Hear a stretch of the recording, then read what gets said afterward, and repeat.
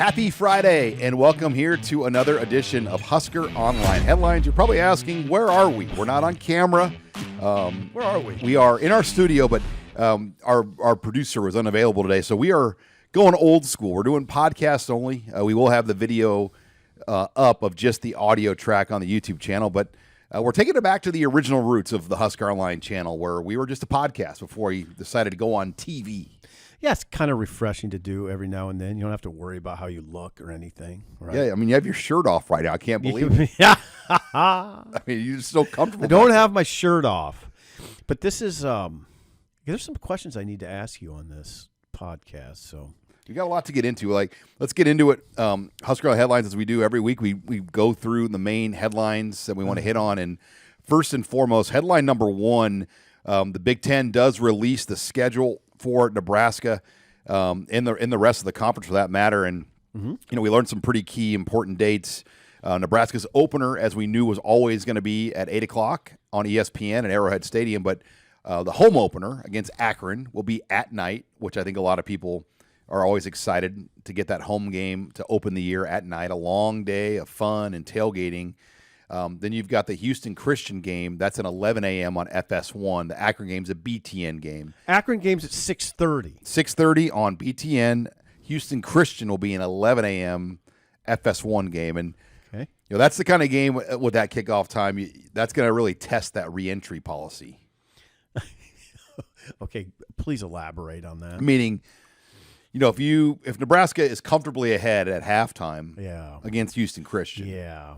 I see what you're saying. What does the third quarter look like? Right. A lot of people just leave and don't re-enter. Ooh, that will test it. That will be a you good think like an AD test of the re-entry, but that's an 11 a.m. FS1. So nothing really out of the norm there. And the Michigan game, and this is something that we talked about on this very show, that we didn't think it was going to go to Big Noon because we thought possibly that Big Noon would end up taking UCF versus North Carolina. It would be the only game Fox could air Bill Belichick on their channels. That window has not yet been spoken for Fox, but Michigan and Nebraska will be on CBS at 2:30. Is that somebody anticipating what Fox is going to do? Yeah, I think they clearly know that Fox must be passing on this game. Okay. Or, there's draft picks, and there's 11 draft picks, and I believe Fox gets 6 of the first 11 draft picks. And then the other networks each get, the remaining 5 of the 11 between NBC and CBS. So CBS used one of their early selections for that game. Okay, so 2:30 p.m. and we agree that that's just fine. Yeah, I mean, look, I'd love that game to be a night game, but Michigan, Nebraska, 2:30. That's college football in its definition. Thank you. On CBS, on a 3-letter network. Yeah, at 2:30. So that will be a really good game. Then Michigan State is homecoming. Now we just all you can designate is if you want your game in the morning or at afternoon or at night. And Nebraska clearly doesn't want homecoming at night, so that's going to be an 11, 2:30, or 3. Okay. But here we go. The Friday night madness continues. Yeah. And Nebraska will travel to Minnesota on October 17th. They will play a Friday night game there. It feels like every time they've played at Minnesota as of late, they've played a lot of night games there. You remember Frost played it at night there, lost that game where he kind of challenged his team for wearing hoodies. Cold, bitter cold. It was bitter cold. Then Nebraska played a night game there on Labor Day weekend, and now they'll be out there at night. So that will be a tough atmosphere. But to me, the real story, Sip, on these Friday games is the Big Ten has cut down on the number this year. They had 9 conference Friday games last year. We liked it. And as fans. They've cut it down to 5. Huh. I wonder what the rationale is.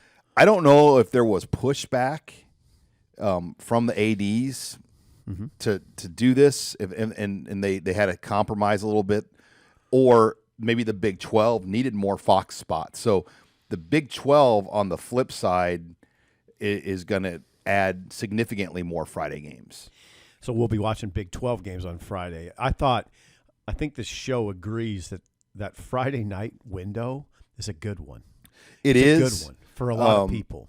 The number will drop to 5. The Big 12 only had 2 Friday games last year. They're going to go to 6. Yeah, there's where it's So made up. there's been kind of a horse trade of Friday night games where the Big 12 was going to get more. Why do people like those? Because you're usually not doing a lot on a Friday night, right? Especially before a big Saturday.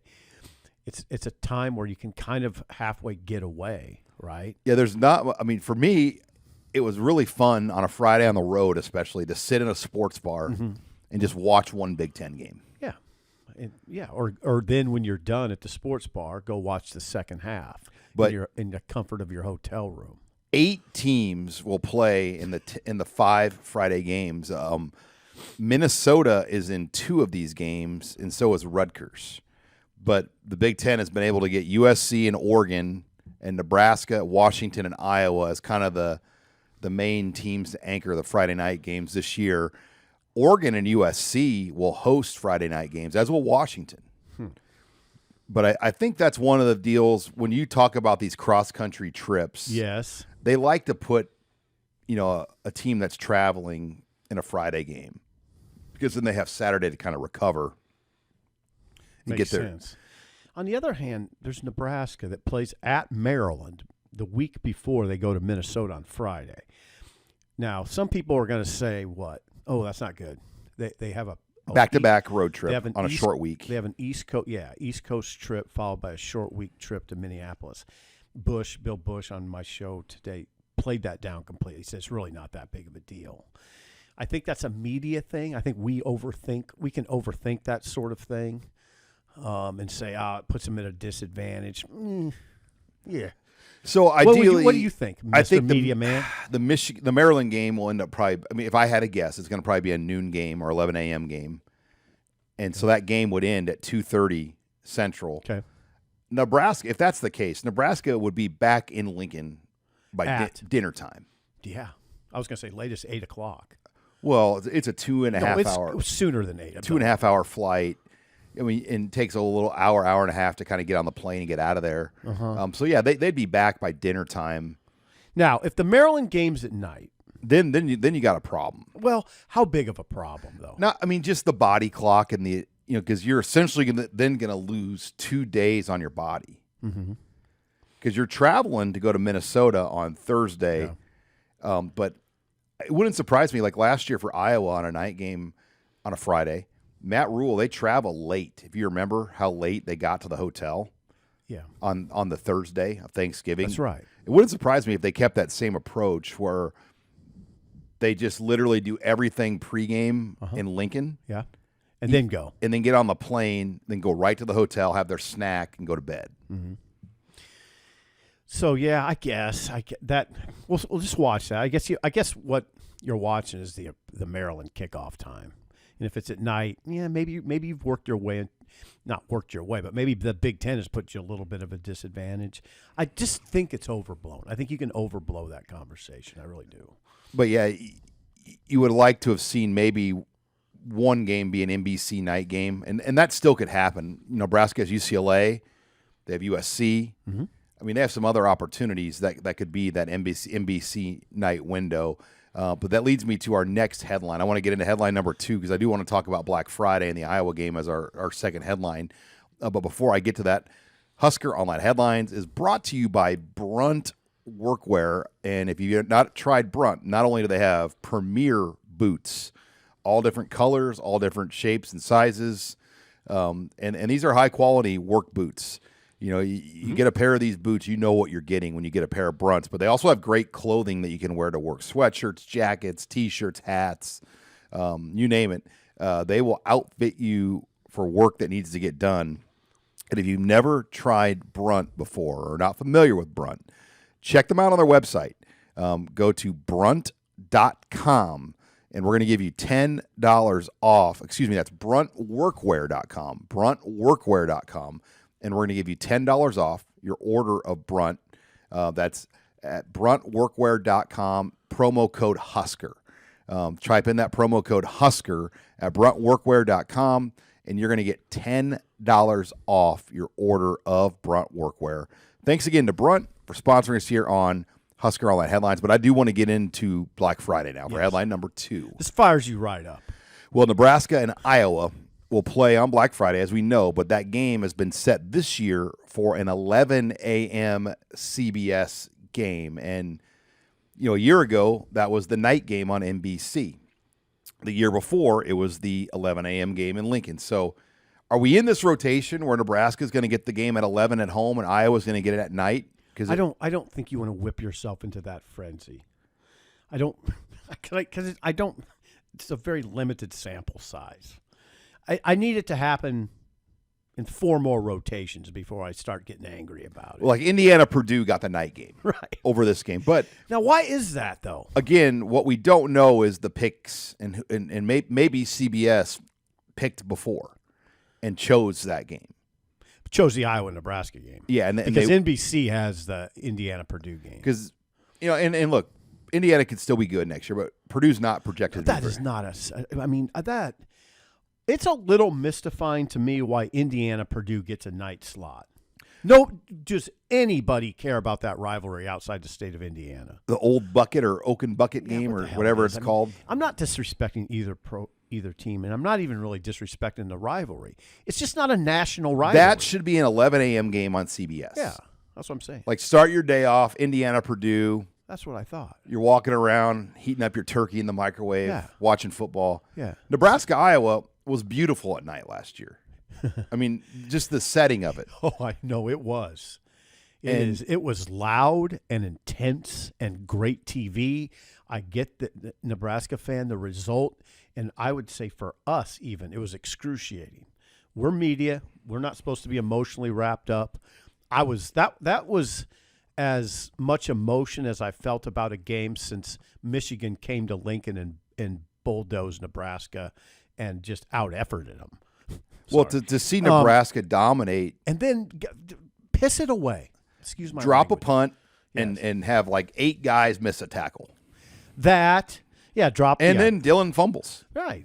Well, and because And was it a fumble? Because I think it might have been, but the veteran right tackle let the guy just race around him. I mean, that's where it started. The veteran right tackle somehow lets a rush in on that play, race around him like a drag racer, and get to Dylan. But no, it was an epic collapse. And, of course, there are kickers out there. Has a long kick. He's got to make a 49-yarder or something? Might have been 51. Yeah. He's still got to boom a kick in that cold. Of course he does. I mean, it's easily. He just hammers it. And the practice kick he made, too. Yeah. And you have that whole to-do before the game. And I'm talking to Dannon before the game, Troy. He's hot about that whole to-do that went on with Nebraska coming out. Using state patrolmen that are armed to guard the Hawkeye. Yeah. Oh, yeah. And I'm going to tell you something. Me and you hadn't even talked about that much. That's as hot as I've ever seen Dannon. I mean, we didn't use it. It was off the record stuff, but he was It's ridiculous that you would literally use paid law enforcement to stop a college football team from walking on a field. Yeah, and so why are we talking about this? Because you've expressed this, and you're 100% right. Let's see what Iowa. Let's put Iowa under the lights and Lincoln. Yeah, let them hear the Husker fans at night and feel. If I'm Dannon, I'm saying, look, we better get this game at night next time. Now you're fired up. Well, and I knew where it was heading when I saw volleyball was scheduled for Penn State on Black Friday. Okay. You knew what was going on. They're not putting Nebraska volleyball at noon. Well, the 2 previous years, 2023 and 2024, they did play volleyball matches in the afternoon. They did. I'm like you. I don't think they want Penn State, Nebraska in the afternoon volleyball, but I don't know how much of a factor that was. Because they could do it. They could play Penn State and Nebraska volleyball in the afternoon. Like at 3:30 or yeah. They've done it. The previous 2 years. They played Wisconsin in 2023 and Penn State last year. So you can do it, but as Abby's pointed out, those teams might be playing for the Big Ten title at that point. It's a Final Four matchup. Yeah. But I don't know that it would break if Nebraska officials would say, nah, we don't want to play that football game at night because we want volleyball to be at night. That doesn't happen, right? I think what happened was they probably knew what was happening with the selections. And, putting that game at Black Friday or Saturday kind of led you to believe, okay, yeah, they're going to play Nebraska, Iowa at 11 because it just makes sense to play Penn State, Nebraska. And yeah, and Penn State, Nebraska may not be at night. It might be an afternoon game still now. The volleyball. Yeah, it could still be. And it might be. I mean, maybe if you're Nebraska, you don't want Nebraska. I mean, you don't want the fans to have to sit around for 3 or 4 extra hours. Right. So, you might see that be a 4 o'clock or 3:30 match or whatever makes sense. Here's a question. Okay, I sense that you're gravely disappointed that Nebraska, Iowa played 11 a.m. and not at night. How do you think Rule and the players feel about it? Do you think does it matter to them? Probably not. Probably not.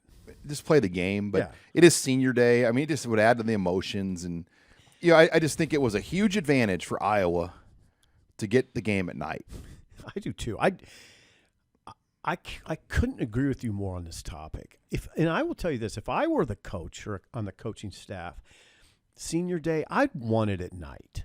I mean, you're asking a lot of people to get up at 5:30 a.m. and make sure you're on task for an 11 a.m. kickoff. At this point, there are people listening, Sean, and saying, you guys are babies. You are babies. They can handle it. I'm just saying, yeah, of course they can handle it. It'll just be a better situation. Yeah, put Iowa through what Colorado went through last year. I want to see that. I know you do. I want to see that. I do too. Not this everyone's waking up out of bed 11 a.m. crap. I want to see the place packed. Right. With just everybody pissed off. Right, and that's what that crowd at Iowa is. Yes. Yeah. I mean, they got armed policemen guarding the players from going on the field. Yeah, and those chants, I'm not going to get into the Let's Go Hawk chant. But Let's go Hawks! Woo! Oh, God, that place is nuts. They got lucky. I mean, Nebraska just gave it to them. Yeah. And even Naor's drop. Forgot about that. I mean, freaking walk-in touchdown. Right. It would have won the game. Yeah.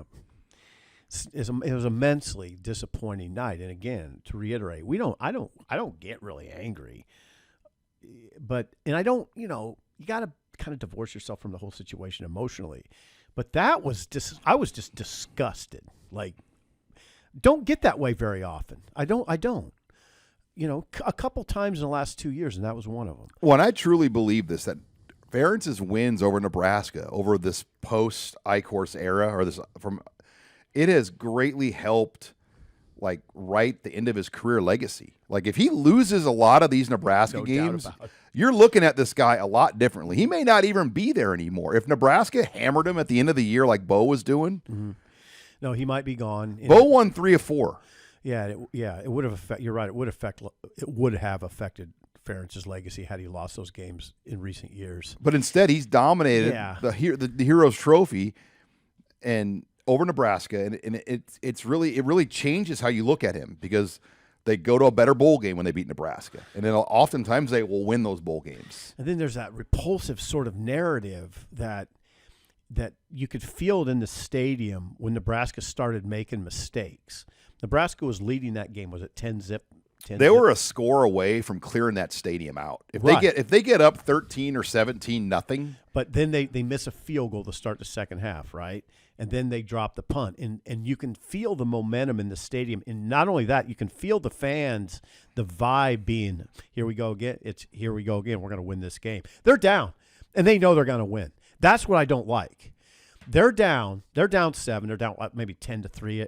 I can't think of all the exact score at the exact moments, but it got to be 10-3, and you could feel the fans thinking in their brain, "Oh, we got them, because this is what they always do." I can just hear Ferentz in the locker room at halftime saying, "Just keep hammering away. Just keep hammering away. We're all right. They'll self-destruct, and we won't." I hate it. I hate the conversation. Well, and even the touchdown that tied it. I mean, it was like a 3rd and 14. I mean, it was a check down. I mean, they didn't really call a play to get the first down. Like, their best player just made the play. Yep, you're right. And that was the frustrating thing. I mean, Nebraska had like multiple NFL level guys miss tackles there. I know. So yeah, and you're right. Let's bring them in here at night and see what it feels like. Give them that. Just give them that. But maybe now we'll have to wait 2 more years. Because there'd be a cold, rough crowd. Well, especially in 2 years, if Nebraska's got 9 wins, or 8 wins at that point, it would be intense. intense in that stadium. By 2027, do you even think Kirk Ferentz is coaching Iowa? No, I don't. I really don't. It doesn't seem like a long shot at 2027. No, I don't see it. You're right. Yeah, he's going to coach this year to break a record and get that Yeah. all-time wins record. Yeah. 2026. Do I see him coaching in 2026? Probable. Yeah. I'd say 50-50, but 2027, I don't see it. It's going too long at that point. Well, he's got a huge contract, though. Uh-huh. Like, if he retires, he's not just going to walk away from what the money he's owed is. Well, he's not going to walk away if they have back-to-back 10-win seasons. No, and they have a good team. Yeah. And Iowa gets the luxury of having – they're the only team in the Big Ten that gets 3 built-in games. They get Minnesota, Wisconsin, and Nebraska. Yeah. Nobody else has really more than 1 or 2, and something like Penn State has none. So, like, they always kind of – and they're getting Wisconsin in a down moment now. And Minnesota's Minnesota. I mean, so, like, but Iowa's schedule is so unique compared to the rest of the Big Ten because they get 3 locked-in games. 3 locked-in games. That is unique. Nobody else gets that. Nope. But, all right. Sean, Let's take sorry it worked out. Hey, it's all right. Let's go to headline number 3. I want to get into the college football playoff and the latest discussions with the SEC coming out of their spring meetings in Destin, Florida. And, you know, the Big Ten had theirs the week before, and it's a completely different approach. The Big Ten doesn't hold press briefings. In fact, only one reporter covered the Big Ten spring meetings, and, you know, there were no interviews at it. Well, the principals are instructed not to talk to the media, right? Right. So there's no reason to go. But the SEC, it's almost like they use the spring meetings to kind of put out their agendas. 100%. All the coaches are talking in the lobby. And it's a who's who of media. It's not like a lot of dead weight media. I mean, it's the big name guys that are there. Well, it's the movers and shakers that go to Destin because, you know, and they get a lot out of it. Those guys that cover that event down there. I mean, we're still kind of tinkering around with the playoff. That's one big discussion, right? Still don't know exactly schedule. Still talking about should the SEC be playing 9 games. Seems like within the conference you can't even get, you can't get a consensus on that. So now the new agenda that they're driving is they don't want to do auto bids, the SEC. They don't want to admit themselves at a level of equal with the Big Ten. Okay. Because they think they're the better overall league. They would rather have this 5+11 model. Okay. Where there's 11 automatic qualifier or 11 auto bids. Or No. 11 at-large bids, excuse me, and 5 autos. Well, wouldn't it be the 5 highest ranked conference champions? Yeah, so your Power 4 and, maybe the Pac-12 or the American or the Mountain West champion. Yeah, I don't mind it. I thought the best idea came from Lane Kiffin, and I know that I know it gets kind of weird in people's head when someone comes out and says, let's just simplify this and make it the best 16 teams. Then everybody's heads explode, and they think, sports writers included, no, we got to make this more complicated. We can't just have the 16 best teams. We have to have, we have to play this little game that we play where we say, no, it should be 4-4-2-2-1-3. No, it should be 4-4-2-1-3-4. I mean, it just gets ridiculous. How about what Lane Kiffin said? Top 16 teams. Seed them. Last year, it would have been, I'll give you the seeds. It would have been 16 seeded Clemson at number 1 Oregon. It would have been 13 seeded Miami at number 4 Penn State. Number 14 Ole Miss at number 3 Texas. That would have been a single-digit spread. Alabama at Ohio State, 11-6. 10-7 is SMU at Tennessee. 15-2 is South Carolina at Georgia, single-digit spread. It would have been very enticing and not complicated. In the Big 12. And you know what? The general public would totally understand it, which I think is underrated. You can't even you can't go into Super Saver and ask somebody, hey, explain the college football playoff to me. First of all, they'll say, well, what? Which one? The one that they played last year or the one they're going to play in 2026? And then they're going to change it, and we don't know what that's going to be. It would be nice if you just could walk into Super Saver and the person would say, yes, it's his top 16 teams. Okay, now I ask you, complicate it, Sean, because that's what we're going to do. Well, I think the biggest thing is you want every conference to get at least one team in. I think out of fairness, like the Big 12 champion should be in the playoff. In the ACC. Probably if you're the Big 12 champion, you're going to be in the top 16. You should be, but how would you not? Then you get these arguments where an SEC team that goes 9-3 is like, well, if we played this Big 12 champion on a neutral field, we'd be favored in the point spread. Well, and then, I don't think with 16 you would get a lot of that. But that's the comp. Like the SEC will always go like, well, the odds makers would say we'd win all these games, and like they play that game. And my thing still remains the 8 versus 9 conference games. So the Big Ten, I will tell you this: they will not agree to a 5+11 without the big SEC moving to 9 conference games. Nor should they. I mean, like because here's the thing: you can be a 5-3 SEC team right now and be 9-3. Why does okay, I don't want to say that the SEC. It's not everybody in the SEC that holds on to the 8-game conference schedule. But why are people a proponent of it?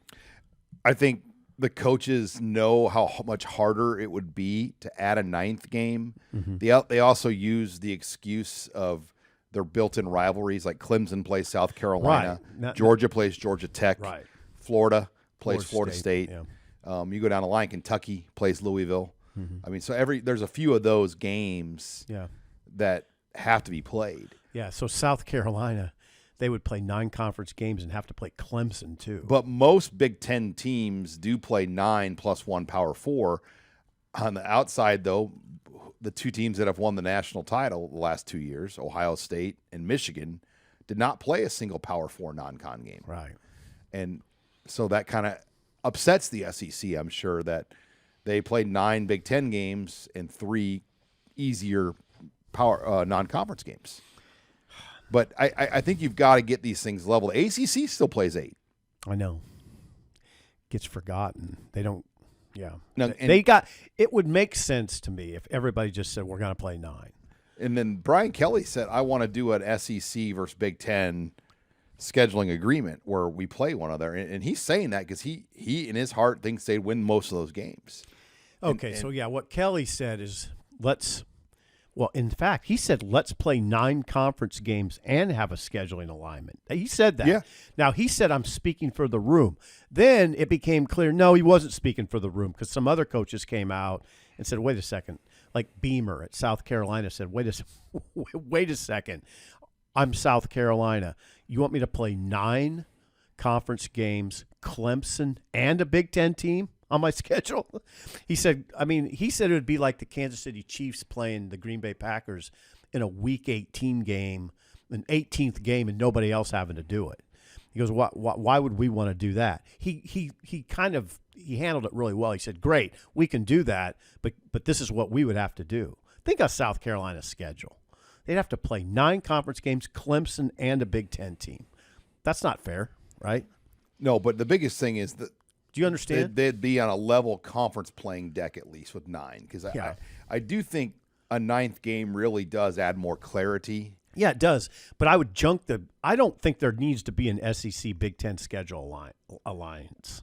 I don't see the need for it. I think there's too much political with ESPN versus Fox, and it would just be hard to get everybody on the same page. And I read somebody had a great take saying that ESPN's probably in favor of the 5+11 because it could probably get them more SEC teams in the playoff, right? Which is their brand, right? If I were go back to just a straight 16 teams. If I were the SEC or Big Ten, I wouldn't worry about inclusion. We're going to get teams in there in that situation. There might be a year where we get 3 instead of 4, or we want 5 and we only get 4. But would that be the end of the world? Now, you're going to say, oh, it's going to cost them a ton of money. It would cost you some money. But I think over a 10-year period, it's going to come out in the wash. If I was the Big 12, though, I'd be okay with the 4-4-2-2-1. Wait a second. Stay on the 16. What would the Big 12's problem be with a straight 16? Because they're probably only get 1 in. Okay, they could get more than 1 in. They don't have enough elite brands and recruiting right now in terms of what they're doing to get like more than 1. I mean, there would be a lot of years in that model where they might only get 1 in. And getting 2 would be not a guarantee. And so if you got a model, they're never going to get 3. That's the thing. The Big 12 is never going to get 3. I just don't see it happening because they don't have Texas anymore. They don't have Oklahoma. They don't have the teams that would, recruit at the level of the other conferences. Well, again, I don't want to complicate it. I like the idea of a straight 16. Now, the ACC, I can see having a problem with 2 because they have Clemson, they have Miami. Again, we State. are not on the same page on this. Why do we worry about that before the season? Just let the season play out. It all goes back to... And if the ACC doesn't have 3 deserving teams, what the hell does it matter? It goes back to what the Big Ten wants to do, and everybody knows this play-in idea of having these play-in games. Yeah. It's going to make a lot of money. I know, but... And the other leagues... You wouldn't, with straight 16, though, with just a top 16 teams, you wouldn't need play-in games. You wouldn't have play-in games. I also, though, like the idea of a league having 4 guaranteed spots, knowing that the regular season will have more value. That you're playing, like, you have a shot if you're in the top 6. That if going into the season, you tell a conference you're going to have 4 teams in. Yeah, I like that. I like the interest it will create all the way through the season to get those 6 spots to play on the championship weekend. I like that. I think it's artificial and absurd. No other sport does that. No, and I understand. There's no other sport that guarantees a conference. Oh, there's this league called the NFL that does that, where they have division winners. And I know, but they don't go into the season saying this division's guaranteed these spots. Well, they get the champion. Well, yeah, I mean, but that's and then the wild card. I mean, the NFL doesn't have a committee that ranks. Like, they go by the straight records and tiebreakers. There's no college sport that hands out automatic qualifiers before the season. There's not one college sport other than the one that matters most, which is perplexing. I think it's absurd. It's artificial. It's not. It goes against the concept of competition. We're just going to hand these conferences autos. I will say, though, the Big 12 will not, or the Big 10 will not agree to this unless the SEC goes to 9 conference games. I understand that. They will not agree Totally to it. And the ACC needs to go to it too. 100%. Like, everybody has to be on a 9-game playing field for that to happen. I just don't understand the notion of, okay, if you go straight 16 best teams, and it happens to be that the Big 10 has a down year and there's only 3 teams in, that's life. That's competition. Be better. Don't hand. I just think it's unfair. But why does the SEC? The SEC is going to cry though when they don't get. I know 8 and 4 teams, and they're going to be mad. They're going to think they're going to think an 8 and 4 LSU is better than a 10 and 2 Iowa State. You're always going to have that, and that's the hard thing that's going to. So let's say a 10 and 2 Iowa State is right on the bubble to be the 16.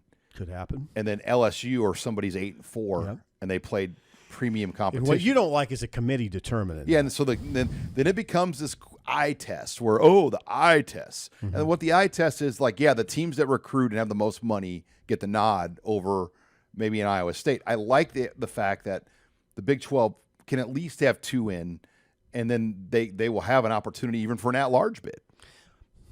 A lot of that conversation is never going to go away, no matter what system you have. So you just got to sort of. I just don't like the committee having that much power. I know you don't. I'd rather let each conference figure out their teams and then have the committee pick 3, with Notre Dame usually being one of the 3. I mean, that's what I like about that. The committee was really only going to have to make 2 choices. Well, we should move on. They have to determine this playoff, the way they're going to do it, by December 1. But it doesn't sound like it could go later than that now. Right. It doesn't sound like they're going to be able to get all this done. Oh, doesn't it give you ever a headache? I mean, they still haven't even got the House settlement done, by the way. And that's a big mystery. Yeah. People I talk to, like, they don't know what's going on there. Like, why Judge Claudia Wilkin is waiting on that. And that's a big piece to the money in the future, to understand what you're doing. A lot up in the air. How do you build a new house when you don't know what your budget is? Good point. Yeah. Now, I don't want to. A lot of this discussion we're having is as a result of what's coming out of Destin Florida in these meetings, and really at the end of the day, it's just a lot of talk. Yeah, and the Big Ten has opinions. They just haven't shared them. Right, exactly. It's just a lot of talk, and it gives us something to chat about in late May. And trust me, the SEC's doing this for a reason, because they know the Big Ten has the 4-4-2-2-1 model pretty far down the road. Yep. And this is kind of their way to 5-11. 5 plus 11. Like that. This is their way to do things. But all right, let's go into headline number 4. What day is it, Steve Sipple? It's May 30th. It's Friday. Yeah. So what does that mean? It's what do we call it? It's pretty simple. Flashback Friday. I always forget the name. FF. Flashback Friday. So where are we going to go? Flashback Friday. Camps are around the corner. Mm-hmm. And I wanted to take today's edition of Flashback Friday to 2004. What a year. And we're going to talk camps. Mm-hmm. And I want to go back to the first inaugural annual Bill Callahan Elite Quarterback Academy that he launched in the summer of 2004. And he had just arrived. And one of the things Callahan... he just arrived in what? He got the job in 2004. Yeah. So December. So he got things rolling fast. Yeah, so that summer he launched the Elite Quarterback Academy. It was gigantic.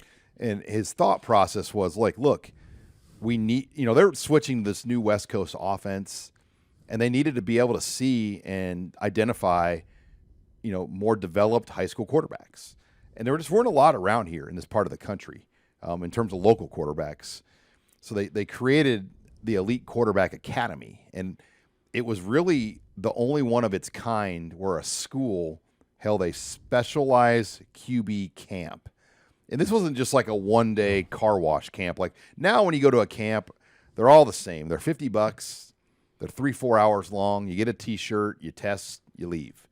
This was like a 3-night overnight deal where they brought in different speakers and whatnot, and just did straight quarterback stuff for like 4 days. And got some names. And so you go back to that first year of the Quarterback Academy, Harrison Beck, who ended up being their recruit in the class, was one of the guys that year. But second-rated guy in the class, I think, or second or third. Yeah, he was the number one quarterback in Florida. Didn't pan out here, as we know. But then you had a number of other quarterbacks show up that year. Josh Freeman, a young Josh Freeman, first-round draft pick out of Kansas City.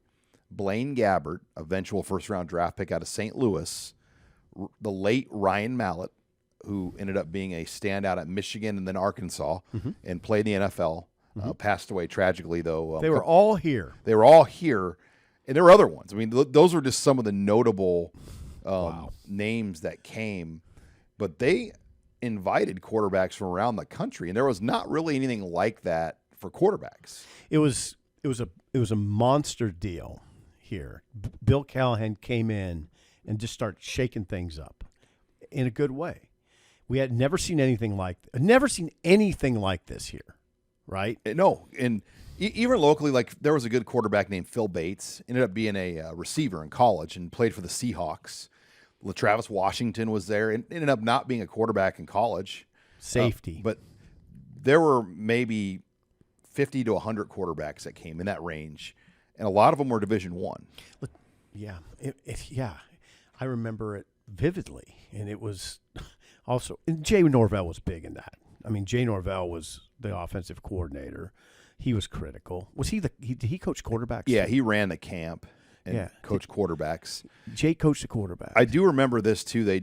They would, and I had never seen this done at a camp until this camp, but they did competitions, and they had a longest ball competition. Now it's real common. You see a lot of places do those, but I'll never forget Ryan Mallett, throwing a football over 70 yards. He uncorked it. Just, and his hands at that time, from pinky to thumb, were over 12 inches. Really? I know at that time he had the largest hand they had ever measured. Is that right? And he was a kid. He was like 15. He was a freshman in high school going into his sophomore year. Big, strapping, blonde-haired kid. Yeah. And from Texarkana. And Nebraska ended up eventually getting a commitment from Freeman and Gabbert. Yeah. And you had Harrison Beck. And then Freeman decommitted, which was a monster deal. I'll remember, I was pumping gas in Omaha and somebody let me know, and I'm like, oh God. I thought it was fairly late at night too. Yeah, it was weeks, days away from the early enrollee kind of December deal, because he was supposed to be there in January, and they did not know this was happening. And so I'll never forget, Ron Prince had just got the job, and Kansas State. And Ron Prince basically came in and just said, "You'll be my starter."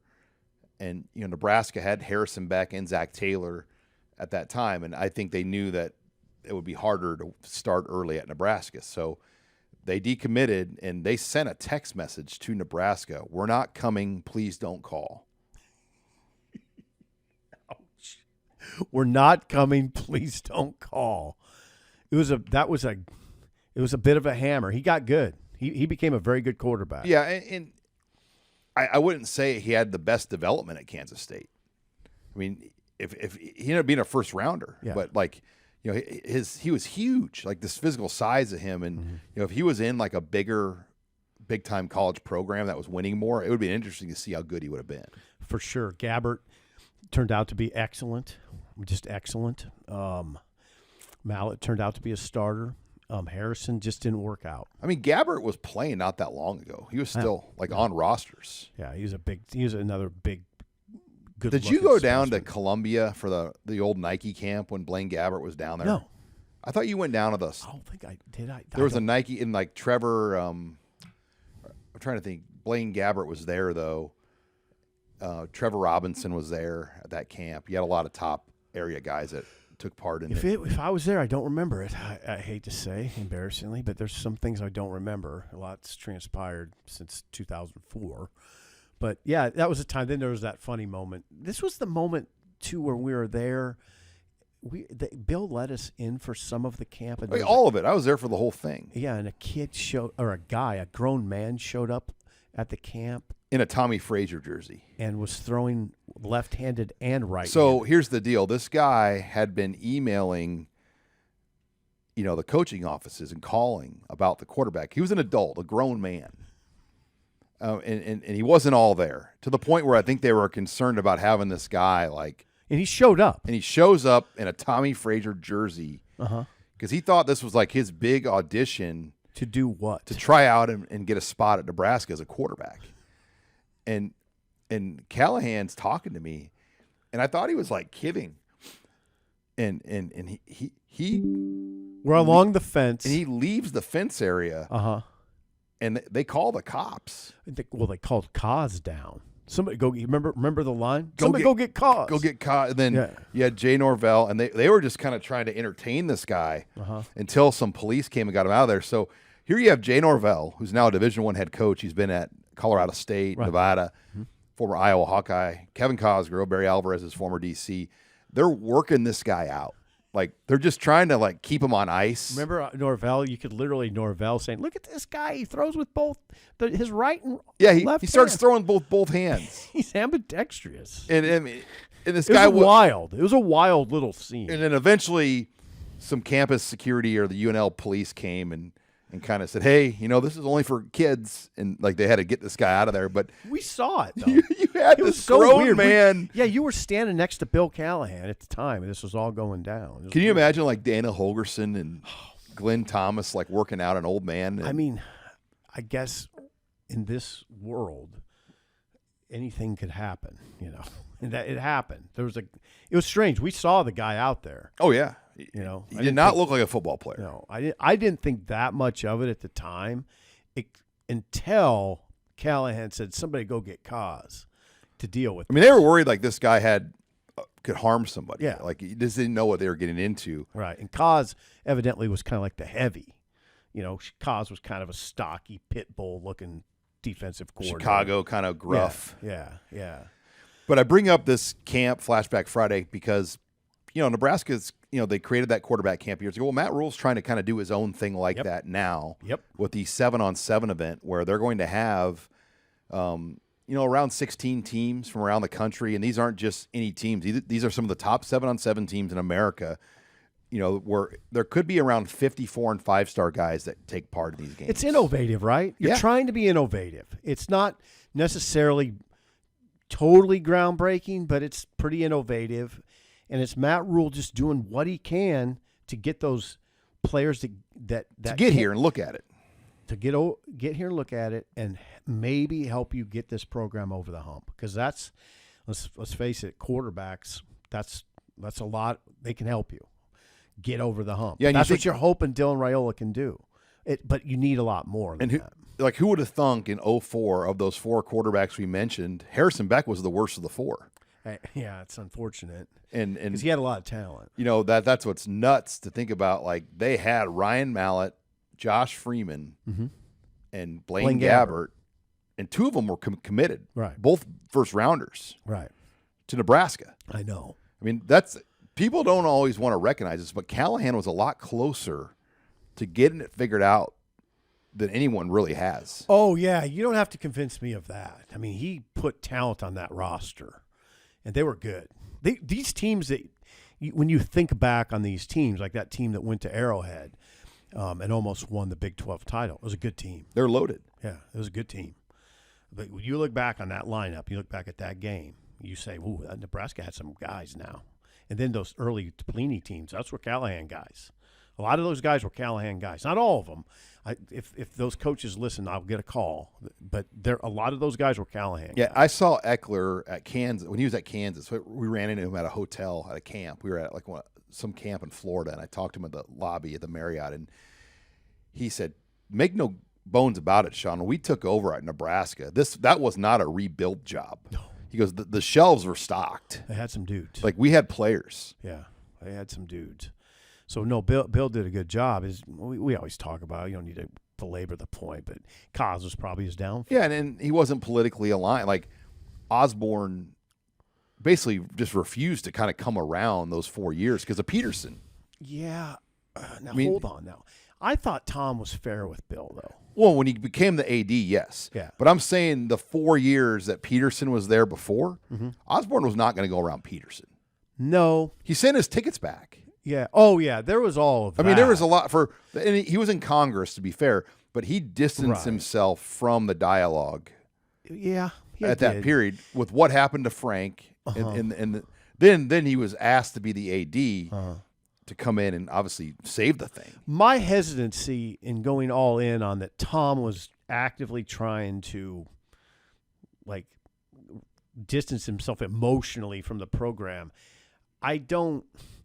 He wouldn't come around a lot anyway. Well, Callahan invited him a lot early to come and spend time with him, and he never could make it or never did. The first time he came up there and hung out with him in the offices was when he became the AD. I think where we can come to common ground on this, it was more about Peterson than Callahan. I don't think Tom Osborne had anything against Bill Callahan. And he didn't want to show that he was supporting Steve. Yeah. But Bill, I'll never forget this quote from Bill back then. The first time Osborne was the AD, and then he finally came up. He spent time and had lunch with him. He goes, "Yeah, it's nice to finally have Coach Osborne up here. We've invited him up here several times, and he had never come before." Right. And again, that was more against Steve. Steve, yeah. I thought the way Tom handled Bill's season, where he told him, this is what you're going to have to do to keep your job. And he laid out the parameters. Like, if they would have beat Colorado, would he have been safe? I can't remember what the parameters were. That would have been a 6-5 team. Yeah, Tom, I think the 6-5 was Tom said, we'll have to see that. We'll have to evaluate it. Had they finished 7-4, I think he was safe. 8-3 was which is safe. why that Texas loss is so big. Right. Tom, but all by way of saying, and there's people that are listening that will remember exactly what it was. I don't right now, but Tom, we found out in hindsight that Tom told Bill, this is what you need to do. If you do this, you're safe. If you do this, probably safe. If you do this, we're going to have to look. If you do this, now we'll have to move. He told Bill exactly what was going to happen. Well, then just the amount of yards and points they were giving up in that era. Because it wasn't like Bill was running a no huddle. I mean, no, and you've talked about this. He hired a defensive coordinator that didn't fit the Big 12. Bill hired Kaz. Kaz did not fit the Big 12. He was a Big 10 defensive coordinator. Yeah, and the Big 12 at that time went through like a crazy change of offense. Spread. The 07 Big 12 was like, you could probably write books about that offense in that league. Right. They just spread you out, and it was sort of novel at the time. Chase Daniel, Todd Reesing. Yeah, the offenses got kind of Colt wacky. McCoy. Well, Leach was doing a lot. He's winning 11 games at one point. So, and I don't think Kaz was equipped. No. I just don't think he was. I mean, that version of the Big 12, like Josh Freeman was a lower tier quarterback in that league at that time. And that's how good the quarterbacks were in that league that year. Yeah. I'm trying to think back. I'm trying to think back when Bo came in. I mean, you had Sam Bradford, Colt McCoy, Chase Daniel, Todd Reesing. Oh, God, yeah. And when Pelini came in, I can remember the discussion. We don't have a defense that's equipped to deal with these teams. Art Briles was at Baylor with RG3. Yeah. Think about that. Yeah. Yeah. No, I know. Bo never had to play RG3 because he got hurt. Remember, he never played. Nebraska never had to really see him in his full glory because of different situations. Right. But that would have been a tough matchup. I mean, they had talent, but the defense wasn't a good fit for the Big 12. He had to go get smaller guys. Remember, Bo had to do that. That he just said, we don't have that sort of look that's gonna allow us to deal with these teams. And then they got Eric Haig and John Gomes going. Yeah, they had to get those guys and get smaller and faster. That's what they had to do. All right, let's get into odds and ends. Headline 5 as we close the show. I was at the Omaha Sports Hall of Fame event last night in Omaha. Mm-hmm. Where was this at? And it was at the Relevant Event Center, which is a church in Elkhorn, Old Elkhorn. Really nice event. I've been a part of the committee for over 15 years now. But Antrell Taylor won the Male Athlete of the Year. Mm-hmm. Our good friend of the program, Mark Manning, was there. Oh, really? And supporting him for that event. Fred Petito went into the Hall of Fame last night, which was awesome to see. I'm trying to think of any other real Husker angles and ties. Junior Bryant was there, not a Husker. I went to Notre Dame, and man, he looked good. Really? Like for a guy that graduated high school in 1989. I mean, he looked like he could still play. Very well spoken, great shape. Risha Bristol from Omaha Bryan, who was drafted in the WNBA, got in the Hall of Fame, and people were talking last night that she was. Until Brent Prince recently came along, she probably was the most gifted and talented basketball player to come out of Omaha on the girls' side. Ooh, really? So does Martise Ivy come up in that conversation? Martise Ivy's older than Risha. Risha Bristol is in the 90s, and Martise Ivy's in the 80s. You're talking best ever, though, right? No, not best, but like since Risha Bristol. Oh, since Risha Bristol. Like, okay, I get it. Brent Prince had been like the only girl at that level. I mean, she was drafted in the WNBA. Yeah. No, I don't believe there's been any other Omaha women that have. Well, Martise Ivy, there wasn't a WNBA. No. So. But Risha played 11 years then overseas. Yeah.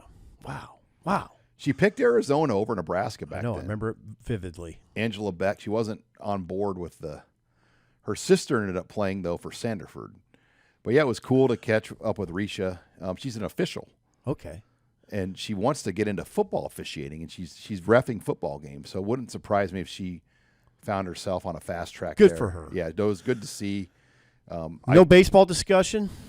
So baseball regionals, we're taping on Friday, so I don't want to get too into it, but it still is surprising that Oklahoma chose not to throw their ace against Nebraska. They're going to throw his twin brother. Yep, Malachi. His name is Witherspoon. Yeah. So 3-8. Now, it's not. You would agree it's not totally surprising.